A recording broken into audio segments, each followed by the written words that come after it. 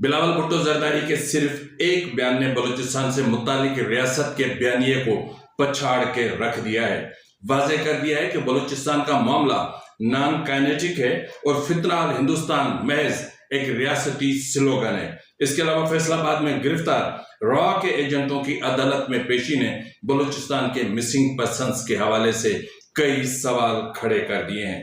Amnesty international نے بلوچ طلباء کی جبری گمشدگیوں کے حوالے سے بڑا بیان جاری کر دیا ہے اور حکومت سے اہم ترین مطالبہ بھی کیا ہے، لیکن سب سے اہم معاملہ کہ بلوچستان کے مسائل سے جڑے 13 چونکا دینے والے نکات، آخر ریاست کیوں مذاکرات پر گولی کو ترجیح دے رہی ہے۔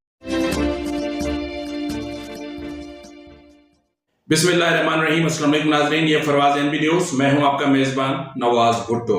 اگر آپ نے ابھی تک میرے چینل کو سبسکرائب نہیں کیا یا آپ میرے چینل پر نئے ہیں تو آپ سے چھوٹی سی گزارش ہے کہ پلیز میرے چینل کو سبسکرائب کر لیں اور اپنے دوستوں سے بھی کہیں کہ وہ بھی میرے چینل کو سبسکرائب کریں، لائک کریں، شیئر ضرور کریں اور بیل آئیکن بھی ضرور پریس کر دیں، اور کمنٹ باکس میں جس طرح آپ اپنی آراء سے مجھے آگاہ کر رہے ہیں، آپ کی بہت مہربانی، اور اس کی بنیاد پر میں کوشش کر رہا ہوں کہ اپنے پروگرام کو مزید بہتر بنانے کی کوشش کروں۔ کسی دوست نے کہا تھا کہ پروگرام کا دورانیہ کم سے کم رکھا جائے، لیکن میں بہت کوشش کرتا ہوں، لیکن بلوچستان کا ایشوز اتنے خطرناک ہیں کہ اس کو اگر محدود کر دیا جائے گا تو میں سمجھتا ہوں کہ بلوچستان کے جینئر ایشوز پر بات کرنا یا مکمل طور پر بات کرنا بہت مشکل ہو جائے گا۔ پھر بھی آپ کا بہت شکریہ، اور میں دل سے کوشش کروں گا کہ دورانیے کو کم سے کم رکھا جائے۔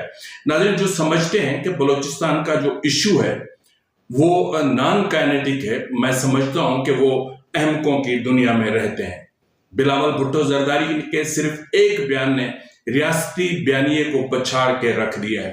اس سے پہلے کہ میں آپ کو اس اہم ترین معاملے پر اور 13 چونکا دینے والے نکات پر بات کروں، لیکن سب سے پہلے میں آپ کو بتا دینا چاہتا ہوں کہ پنجگور میں ایک واقعہ پیش آیا ہے۔ وہاں پر ایک شخص وسیم رکشانی وہ کسی سڑک کے کنارے آئی ڈی بم نصب کر رہے تھے، جس کا تعلق میرے خیال میں کسی کالعدم آرگنائزیشن سے، لیکن ابھی تک کسی نے قبول نہیں کیا ہے۔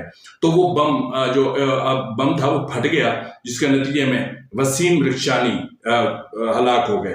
اس کے علاوہ کلات میں فورسز کے کیمپ پر جدید ہتھیاروں اور راکٹوں سے حملہ کیا گیا۔ اس کے علاوہ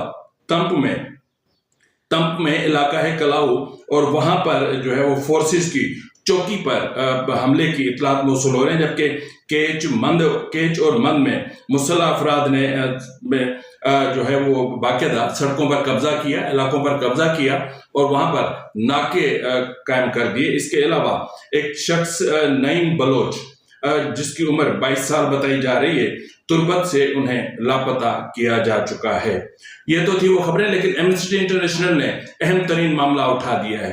ایمنسٹی انٹرنیشنل نے بلوچ طلباء کے حوالے سے اہم ترین جو ہے معاملات بھی اٹھائے ہیں اور پھر حکومت سے بہت بڑا مطالبہ بھی کیا ہے۔ اب انہوں نے کہا ہے کہ بلوچستان اور پاکستان بھر میں بلوچ طلباء کی مسلسل گمشدگیوں کی تشویشناک رپورٹیں بلوچ نژاد طلباء کو نشانہ بنانے کے پیٹرن کی نشاندہی کرتی ہیں۔ بلوچستان یونیورسٹی کی طالبہ مہجبی بلوچ 29 مئی 2025 سے لاپتہ ہے۔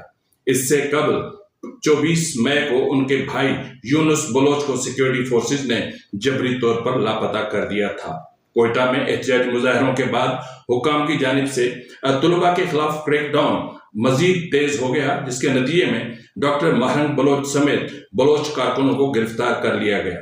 کراچی یونیورسٹی کے قانون کے طالب علم جاوید مسافر بلوچ 23 اپریل کو پولیس اور کاؤنٹر ٹیررزم ڈپارٹمنٹ کے اہلکاروں کی جانب سے کراچی میں ان کی رہائش گاہ پر چھاپے کے بعد لاپتہ کیا گیا ہے، اور 24 اپریل کو ایک اور طالب علم گوہرام اسحاق کو سول ہاسپٹل کوئٹہ کے باہر سے اٹھا لیا گیا تھا اور ان کا ٹھکانہ نامعلوم ہے۔ ایمنسٹی انٹرنیشنل نے پاکستانی حکام سے مطالبہ کیا ہے کہ جبری گمشدگیوں کی فوری، مکمل اور مؤثر تحقیقات کی جائے، بلوچ طلباء کو جہاں رکھا گیا ہے ان ٹھکانوں کو ظاہر کیا جائے اور انہیں فوری طور پر رہا کیا جائے۔ इन गुमशुदगियों की जिम्मेदारों को मुनसिफाना ट्रायल के जरिए इंसाफ के कटहरे में लाया जाए। जबरी गुमशुदगियों का अमल पाकिस्तान की बैनुल-अक़वामी इंसानी हकूक की जिम्मेदारियों के मनाफी है। तो ये तो था खैर एमनेस्टी इंटरनेशनल का, लेकिन इस वक्त मैं जिस तरह मैंने आपसे कहा था फैसलाबाद के हवाले से कि फैसलाबाद में 3 रॉ के एजेंट गिरफ्तार हुए थे, जिनमें मोहम्मद आजम उर्फ जज्जी, अमजद अली और मंजूर अहमद शामिल थे। गुज़िश्ता रोज इन्हें फैसलाबाद की एक अदालत में पेश किया गया था और अदालत ने इन्हें 5 रोज का रिमांड दिया था, यानी छुट्टियों में भी अदालत मौजूद थी और छुट्टियों में भी इनको पेश किया गया और इनका जिस्मानी रिमांड लिया गया। जिस तरह मैंने आपसे कहा कि इन रॉ के दहशतगर्दों को अदालत में पेश करने के मामले ने बलोच मिसिंग पर्सन्स के हवाले से कई अहम सवाल खड़े कर दिए। अगर रॉ के एजेंट गिरफ्तार होते हैं भारी गोला बारूद के साथ, भारी असलहे के साथ, उनको भी ये हक दिया जाता है कि वो अदालत में पेश किए जाएं और अदालत उनका रिमांड दे। लेकिन बलूचिस्तान के मिसिंग पर्सन्स के पास ये भी आईनी हक नहीं है, यानी इस मुल्क के असल जो रिहायशी हैं, जो शहरी हैं, उनको जो आइन हक देता है वो अपने आईनी हक से भी महरूम है। जिसको भी लापता कर दिया जाता है उसको किसी अदालत में पेश नहीं किया जाता और ऊपर से बलूचिस्तान असेंबली कानून साजी के जरिए लॉ एनफोर्समेंट एजेंसीज को लामहदूद अख्तियारात दे देती है, यानी आइन के आर्टिकल 245 को इम्पोज कर दिया जाता है गैर एलानिया तौर पर। तो सवाल तो उठता है कि आइन कहाँ है, आइन को क्यों मुअत्तल रखा गया है, आइन में दी जाने वाली बुनियादी इंसानी हुकूक की जो शिकें हैं उनको मुअत्तल क्यों रखा गया है। तो नाज़रीन ये तो था बलूचिस्तान के हवाले से, लेकिन जिस तरह मैंने आपसे कहा कि बलूचिस्तान के हवाले से 13 अहम तरीन नुकात हैं, लेकिन उससे पहले मैं आपको बता देना चाहता हूं कि बिलावल भुट्टो जरदारी इस वक्त आपको पता है कि एक अहम तरीन मिशन पर हैं और उनको बहुत ज्यादा कामयाबियां भी मिल रही हैं और हर तरफ बिलावल भुट्टो जरदारी के चर्चे हैं। तो गुज़िश्ता रोज उन्होंने न्यूयॉर्क में अक़वाम मुत्तहिदा के हेडक्वार्टर में न्यूज कॉन्फ्रेंस के दौरान पार्लिमानी जो वफद है उनके सरबराह बिलावल भुट्टो जरदारी और चेयरमैन पाकिस्तान पीपल्स पार्टी ने अहम तरीन मामला उठाया। बिलावल भुट्टो जरदारी ने कहा कि अगर ISI और रॉ मिलकर इन दहशतगर्दी की कुव्वतों से लड़ने के लिए काम करें तो भारत और पाकिस्तान दोनों में दहशतगर्दी में नुमाया कमी आएगी। उन्होंने मजीद कहा कि मुझे मुकम्मल यकीन है कि अगर ISI और रॉ इकट्ठे बैठकर इन कुव्वतों से लड़ने के लिए काम करें तो हमें भारत और पाकिस्तान दोनों में दहशतगर्दी में नुमाया कमी नजर आएगी और इस वक्त पाकिस्तान तमाम कार्ड्स मेज पर रखने को तैयार है। बिलावल भुट्टो जरदारी के इस बयान ने न सिर्फ इस चीज को वाज़ेह कर दिया है कि बलूचिस्तान का इशू नॉन काइनेटिक है, और बिलावल भुट्टो जरदारी की इस न्यूज कॉन्फ्रेंस में उठाए जाने वाले इस नुक्ते ने यह भी जाहिर कर दिया है कि जो फितना हिंदुस्तान के हवाले से बात की जाती है वो भी एक महज रियासती स्लोगन से बढ़कर कुछ नहीं है। यहां सवाल ये पैदा होता है कि अगर ISI रॉ के साथ बैठकर दहशतगर्दी के मामले पर साथ काम करने के लिए तैयार है, अगर रियासत इंडिया के साथ बात करने के लिए तैयार है, तो मैं समझता हूं कि बलूचिस्तान के मामले को फिर गोली के जरिए हल करने की जरूरत है ही क्या। तो इसका मतलब यह है कि अगर ISI और रॉ एक साथ बैठ सकते हैं तो फिर बलूचिस्तान में वो इशू नहीं है जिस तरीके की हाइप देने की कोशिश की जा रही है कि बलूचिस्तान का मामला इतना खतरनाक है। मतलब कहने का यह है कि बिलावल भुट्टो जरदारी ने एक तो बलूचिस्तान के काइनेटिक हवाले से रियासती जो बयानिया है उसको पछाड़ के रख दिया और दूसरा उनके मौकूफ ने यह वाज़ेह कर दिया है कि फितना हिंदुस्तान महज एक रियासती स्लोगन है। मामला कुछ और हैं और वो मामला क्या है, वो मामला इंतहाई अहम है। इसके हवाले से 13 अहम तरीन नुकात हैं जो आज मैं आपके सामने रखना चाहता हूं। ये वो 13 नुकात हैं जो बलूचिस्तान के बुनियादी मसाइल हैं। ये वो 13 नुकात हैं जिनको अगर ठीक करने की या इनमें से निस्फ भी ठीक हो जाए तो बलूचिस्तान के इशू को ठीक किया जा सकता है।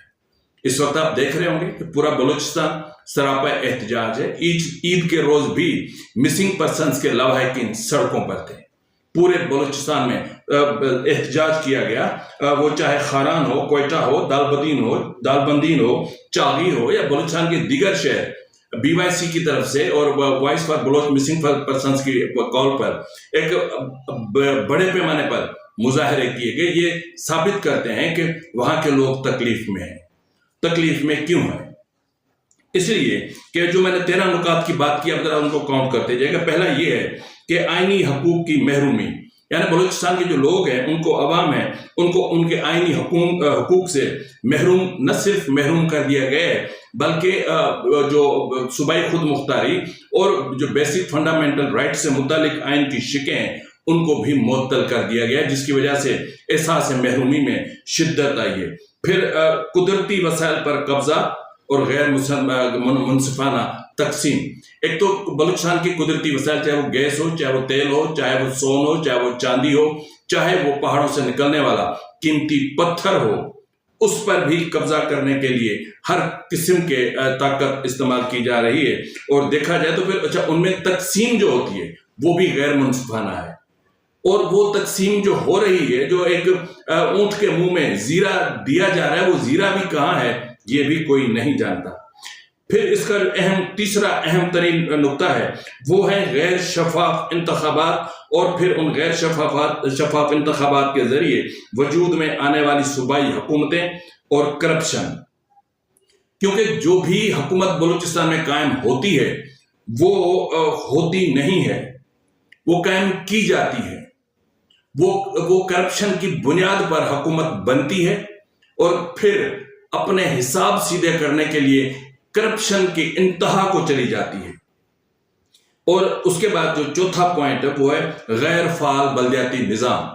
बलूचिस्तान का जो बल्दियाती निज़ाम है वो मुकम्मल तौर पर गैर फाल है। एक तो गैर फाल है, अगर कहीं है भी तो वो बुनियाद जो असल जो नुमाइंदगी है बलोचों की उससे महरूम है।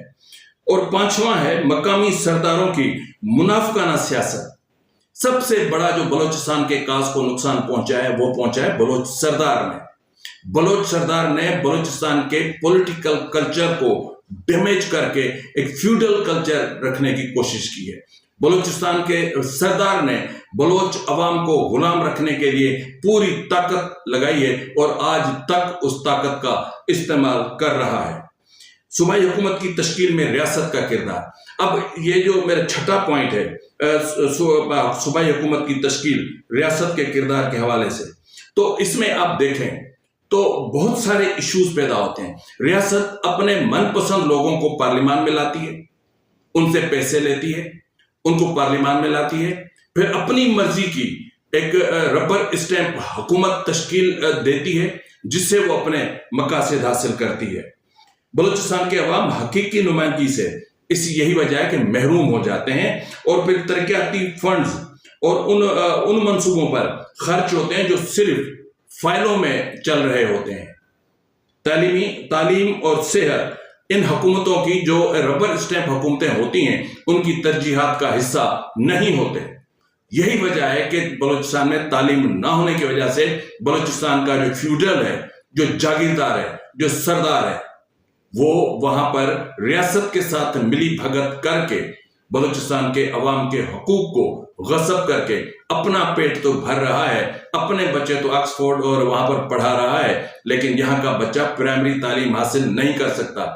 ट्रिलियंस ऑफ डॉलर का मालिक सूबा वहां के बच्चे के तन पर कपड़े तक नहीं है। सातवां जो मेरा अहम तरीन मामला है वो है बलूचिस्तान की करप्शन में रियासत का हिस्सा। बहुत बड़ी करप्शन होती है वहां पर। बॉर्डर मैनेजमेंट सिस्टम नाकिस है और करप्शन, स्मगलिंग, ह्यूमन ट्रैफिकिंग, असलहे की तरसील, असलहे की स्मगलिंग, यही वो वजह है कि जो मुतल्लिका इदारे हैं वो इसमें जाहिर है कि हुकूमत उनकी अपनी मनपसंद होती है, फिर वहां पर मनपसंद NGOs बनती हैं, फिर मनपसंद वहां पर कैंपेन्स चलती हैं, कभी आटे के नाम पे, कभी अद्वियात के नाम पे, कभी तरक्याती कामों के नाम पर। आप देख लेना, ये एक वीडियो आपकी स्क्रीन पर मौजूद है, ये सरफराज बुगटी वजीर आला है। क्या आपको वजीर आला लग रहा है? मुझे तो लग रहा है कि ये किसी गली का गुंडा है। मुझे तो लग रहा है कि ये रियासती मोहरा है, रियासती गुंडा है। जिस तरीके से राइफल उठाकर चल रहा है, ये किसी पढ़े लिखे आदमी का काम तो नहीं है। पढ़े लिखे आदमी का हथियार तो कलम होती है। इसने राइफल का सहारा क्यों लिया? इसका मतलब यह है कि इसको कबूलियत चाहिए। 8वां जो मेरा अहम तरीन पॉइंट है वो है levies, coast guards, frontier constabulary. इनमें करप्शन की इंतहा है। ये इतनी बेइंतहा करप्शन में, क्योंकि इनसे पूछने वाला नहीं है। जहां चाहते हैं नाके लगा देते हैं, जहां चाहते हैं गाड़ियों की कतारें लगा देते हैं, फिर उनसे एक एक गाड़ी से भत्ता लिया जाता है, पैसे लिए जाते हैं, रिश्वतें ली जाती हैं, स्मगलिंग का माल छोड़ा जाता है, लेकिन इनसे कोई अकाउंटेबिलिटी इनकी नहीं होती। 8वां जो मेरा पास जो 9वां मेरा पॉइंट है वो है सीटीडी, सरकारी इदारा या कातिल माफिया। सीटीडी बलूचिस्तान में कातिल माफिया के तौर पर काम कर रहा है। पूरा एक माफिया है, टारगेट किलर्स हैं ये। इनको टारगेट्स मिलते हैं। मिसाल के तौर पे आपकी किसी के साथ दुश्मनी है तो आप किसी भी सीटीडी के बंदे के साथ डील कर लें, उनको सुपारी दे दें, वो उसको कत्ल कर देंगे, उसको उठा लेंगे पहले, फिर उसको जबरी मावराए अदालत उसका कत्ल कर देंगे। जो मेरा 10वां पॉइंट है वो है बलूचिस्तान का मफलूज और कंप्रोमाइज्ड अदालती निजाम। बलूचिस्तान में जो भी जजेस तैनात होते हैं जुडिशरी में, वो कंप्रोमाइज्ड होते हैं, वो डिक्टेशन पर चलते हैं। उनको डिक्टेशन दी जाती है एक एक केस पर। रियासत से बाकायदा डिक्टेशन लेकर जब आप इंसाफ देंगे तो फिर इंसाफ कहां चलेगा। 11वां और अहम तरीन मामला है जबरी गुमशुदगियां, मावराए अदालत कत्ल। बलूचिस्तान में जारी तवील 70 साला ऑपरेशंस की वजह से पैदा होने वाली नफरतों में शदीद इजाफा, क्योंकि रियासत नहीं चाहती कि बलूचिस्तान का मसला मुज़ाकरात से हल हो। रियासत नहीं चाहती कि बलूचिस्तान का मसला बात से हल हो। रियासत हमेशा चाहती आई है कि बलूचिस्तान का मसला गोली से हल हो, लेकिन इनसे नहीं हो पा रहा। रियासत नाकाम हो चुकी बलूचिस्तान में। आज भी बलूचिस्तान में रियासत डिफेंसिव पोजीशन पर है। तो जब एक रियासत किसी जगह डिफेंसिव पोजीशन पे आ जाए तो मैं क्या उसको ये नहीं मान लेना चाहिए कि ये मामला हमारे बस की बात नहीं है, ये नॉन काइनेटिक इशू है, इसको नॉन काइनेटिक वे से हल करने की कोशिश की जाए। रियासत नफरतें इस हद तक बढ़ चुकी हैं कि आप देख सकते हैं कि बलोच औरतें अब सड़कों पर आ चुकी हैं, बलोच बच्चे सड़कों पर आ चुके हैं। इतना एहतजाज है कि अगर आप नेशनल मीडिया को ना दबाएं, चलाने दें बलूचिस्तान के मसले को, तो मैं समझता हूं कि 2 दिन भी आपकी हुकूमत नहीं चल सकेगी। अहम तरीन मामला आखिरी 12वां है एनएफसी अवार्ड की गैर मुनसिफाना तकसीम। अब एक चीज आप ध्यान में रखें कि इस वक्त जो इशू बलूचिस्तान का है, ये बुनियादी जो सबब की वजह वो ये लेक ऑफ ट्रस्ट है। अब अवाम का रियासत पर ट्रस्ट नहीं रहा, नफरतों में शदीद इजाफा हो चुका है। अवाम खुद को सियासी अमल का हिस्सा न तो समझते हैं, ना ही वो बलूचिस्तान में खुद को और अपने बच्चों को महफूज तस्वुर करते हैं। इसलिए आज माएं अपने बच्चों की, हजारों बच्चों की तस्वीरें लेकर सड़कों पर ईद के दिन भी भटक रही हैं। हालिया रिपोर्ट के मुताबिक अगर हम देखें, अच्छा, गुर्बत के खात्मे के लिए गैर संजीदा इकदाम जो है वो, ये मेरा आखिरी पॉइंट है कि देखें हालिया रिपोर्ट जो है बलूचिस्तान के हवाले से, उसको अगर आप देखें तो बलूचिस्तान में गुर्बत की शरह 70% को पहुंच चुकी है सिर्फ बलूचिस्तान में। यानी अगर बलूचिस्तान की आबादी को 1.5 करोड़ भी काउंट कर लें तो 1 करोड़ से ज्यादा बलूचिस्तान के लोग शदीद गुर्बत का शिकार है। यानी उनको सिर्फ 24 घंटों में बमुश्किल एक वक्त का खाना भी मुयस्सर नहीं है। जिनको एक वक्त का खाना मुयस्सर नहीं है, क्या वो रियासत के साथ बगावत करेंगे? और जिनको 1% भी जो खाना या वो चीजें मुयस्सर नहीं है, क्या वो खुद को किसी पॉलिटिकल मूवमेंट का हिस्सा बना सकते हैं? क्या उनके दिलों में जो नफरतें हैं, क्या वो बलूचिस्तान में अमन की फसल को परवान चढ़ने दे सकते हैं? तो इन नुकात को आप ठीक कर दें। अगर आप बलूचिस्तान के अवाम को आईनी हकूक दे दें सूबाई खुद मुख्तारी के तहत, और बलूचिस्तान में शफाफ इंतखाबात करवा के आप इक़्तिदार शफाफ तरीके से कामयाब होने वाले मुंतखब नुमाइंदों को दे दें। खास जो घोड़े बन के बिकते हैं ना बलूचिस्तान के टके के जो सरदार हैं, उनकी ऊंची ऊंची पगड़ियां जब टकों में बिकती हैं बलूचिस्तान में, تو ان کی بجائے اگر کوئی شفاف انتخابات کے ذریعے ایک مناسب نمائندگی وہاں پر بلوچستان پارلیمان میں ہو جائے تو میں نہیں سمجھتا کہ بلوچستان کا مسئلہ حل نہ ہو سکے. تو سی ٹی ڈی کو لگام دو, آپ جو ہے وہ لیویز کو لگام دو, آپ کوسٹ گارڈز کو لگام دو, آپ ایف سی کو لگام دو, آپ ان کو ایک سسٹم میں لے کر آؤ, بارڈر مینجمنٹ سسٹم کو لے آؤ, آپ جو کوسٹ گارڈز ہے اس کو 3 حصوں میں تقسیم کر دو. سینکڑوں میل تک ایک ہی کوسٹ گارڈ چل رہی ہے, پورے بلوچستان میں چل رہی ہے. اب تو کوسٹ گارڈ شاہراہوں پر بھی انہوں نے اپنے کیمپ کر دیے. بے شرمی کی انتہا تو یہ ہے. اسمگلنگ کی سرپرستی ریاست کی اس میں ہو رہی ہے, ہیومن ٹریفکنگ ریاست کی سرپرستی میں ہو رہی ہے. تو اس سے بڑھ کر المیہ اور کیا ہو سکتے ہیں؟ کیا ریاست کو اپنی اصلاح کی ضرورت نہیں؟ کیا بلوچستان کے لوگوں کو جینے کا حق نہیں؟ کیا بلوچستان کے بچے کو پڑھنے کا حق نہیں؟ کیا بلوچ عوام کو جو ایک بہترین اور اچھی صحت کی سہولیات کا حق نہیں ہے؟ کیا ان کے گھر تک پکی سڑک ہو, کیا یہ بہتر نہیں ہے؟ کیا ان کو صاف اور شفاف پینے کا پانی ملے, کیا ان کا حق نہیں ہے؟ میں جانتا ہوں کہ وہاں کے لوگ ووٹ نہیں دیتے, ووٹ کاسٹ کر دیے جاتے ہیں, لیکن جن کے نام پہ آپ ووٹ پارلیمان تک پہنچتے ہو اس ووٹ کا نمک کا حق تو ادا کرو. لیکن کیا کریں, بلوچستان کا سردار بہت بڑا نمک حرام ہے. فی الوقت کے لیے اتنا ہی, ملتے ہیں اگلے پروگرام میں, تب تک اجازت دیجیے. فی امان اللہ.